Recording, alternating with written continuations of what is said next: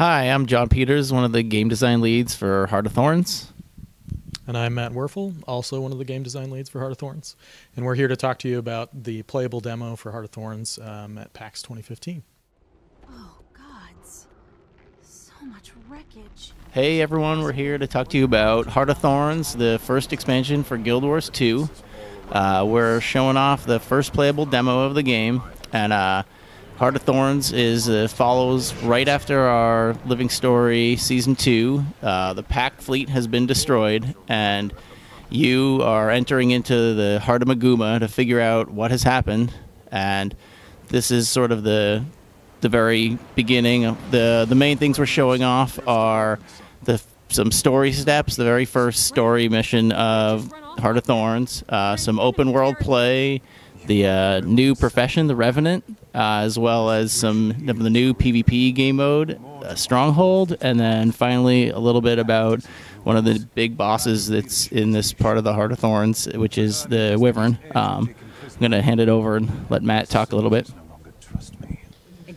Yeah, so as John mentioned, in Heart of Thorns we pick up right where Living World left off.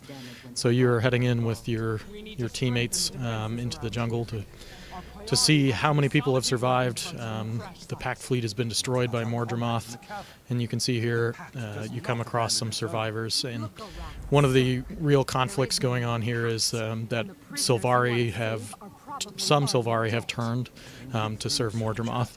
And so there's a conflict that kind of underlies a lot of the story of Heart of Thorns, which is, can we trust the Sylvari? And do you know at any point in time, is that guy a good guy, is that guy a bad guy? And so in this story mission you have a choice. You can basically side with Larenthir, and you can go to rescue a lot of Sylvari that have been captured by Mordramoth's forces, or you can side with Explorer Metella here. And she wants to gather a bunch of parts to shore up defenses and make sure that they're taking care of the people that they already have in this area. In the demo, you have to side with Larenthir. Spoiler alert. But we're focused on adding choices into some of the story steps so that you have significant choices that you can make as a player character, and you can experience your own story, and kind of a different mechanics and different gameplay elements tie into those choices. Yeah, I just want to add too that it's from the get-go, it was really important for us to have the Heart of Thorns story be very meaningful, and you can see like those choices are not just choices between, you know, one thing that is obviously the right thing. You know, there are merits to both, and that we want players to feel like that decision is a difficult one, and they're, you know, making moral choices and really thinking about like what they're going to do, right? Save these prisoners or save who we have already. You know, those are interesting and very, very meaningful choices that you'll end up making.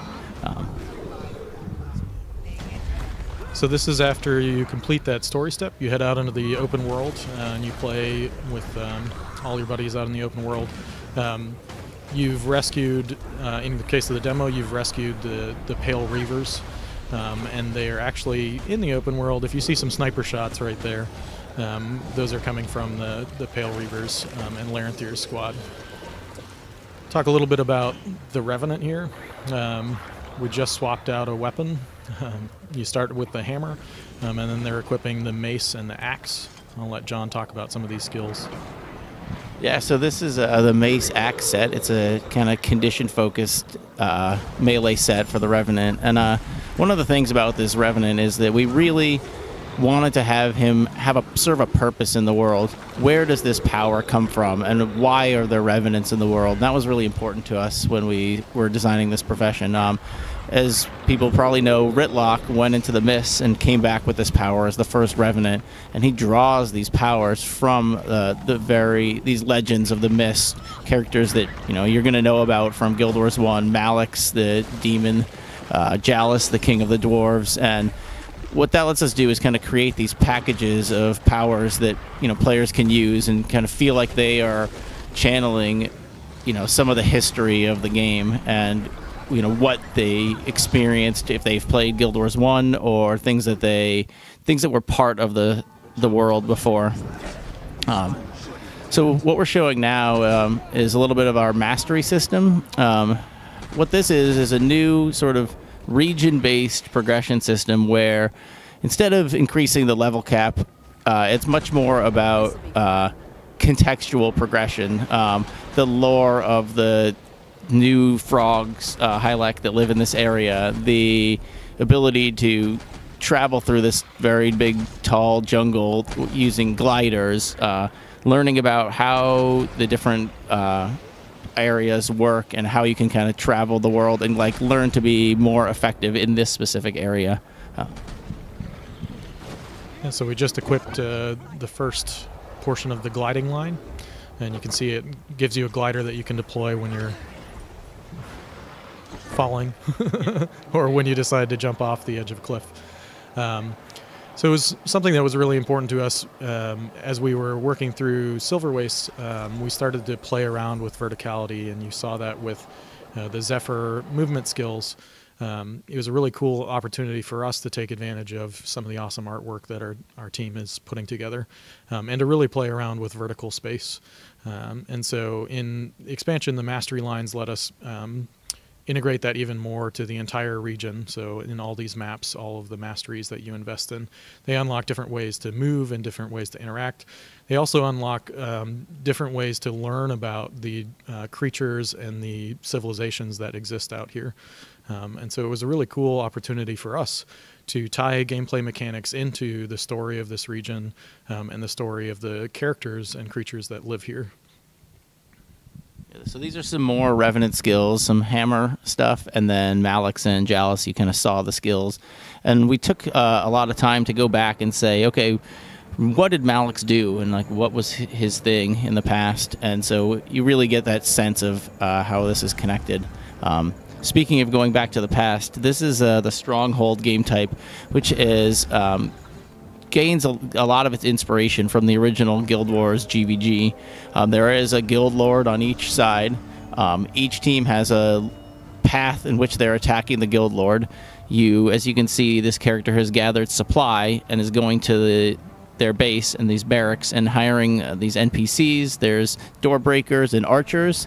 And now, as you can see, they move forward through their lane. This is the gate that they need to break down. Players are unable to take down the gate, so what they need to do is fight the guards there, fight the enemy players there, and help their NPCs that they've collected come and break down the gate. Once you break your way through the gate, you make your way to the guild lord and try and defeat him.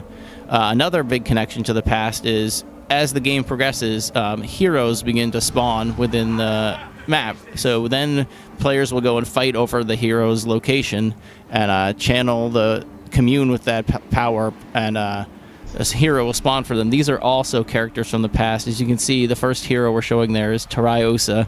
He was the ghostly hero from the original Guild Wars game and a legendary general from Elona. When the heroes get into the Guild Lord room, they're one of the most effective ways to kind of eventually overpower the enemy defenses and get in there and defeat the Guild Lord.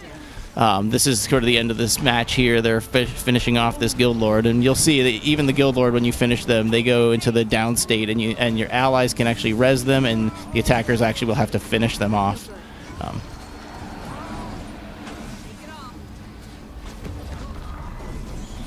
So I think everything we did with Heart of Thorns, we thought a lot about how it connected to the whole story of Guild Wars 2, Tyria, and made sure that it kind of brought everything together in a way that we could use as a foundation to keep building forward. So final thing, the Wyvern Fight. Yeah, so this is one of the huge new creatures that you can see in the Heart of Thorns expansion. We were looking at this jungle space and kind of looking around at what kind of creatures we wanted to populate these areas, and we started talking about we like dragons, and players generally like to play against dragons, and so we wanted to make something that was a little bit more like a classic dragon encounter. A lot of the elder dragons that you see are enormous, and this is a much smaller scale, but still quite impressive. And so we got to take advantage of a lot of new tech on this guy, and you can see here there is a new version of the Defiance mechanic So it used to be that Defiance, you would remove stacks of it and then your last CC would go through. Now he actually has a Defiance bar, and so when the Wyvern is trying to take off and go up into the air, players can coordinate and spike CC to keep him down on the ground. When he goes up into the air, he leaves big, long trails of fire all over the place, and so you want to keep him down on the ground. You also get a chance to have a major damage boost if you knock him out of the air. So this map also takes advantage of a lot of the stuff that we've done with masteries, and so I don't know if you'll see it in this video, but if you jump off or if you get knocked off the edges, you can deploy your glider and you can head towards big updrafts, these massive swirling vortexes of wind. And if you go into those with your glider, it'll actually shoot you up back into the air, and you can come back on this platform and land and continue fighting. And so it's another example of where we could kind of take advantage of the vertical space and also the mastery system to make some really new and interesting gameplay. So there you can see the Wyvern getting pulled out of the air, and thanks for watching this demo of the playable Guild Wars Heart of Thorns. We'll be showing you more and more in the coming months.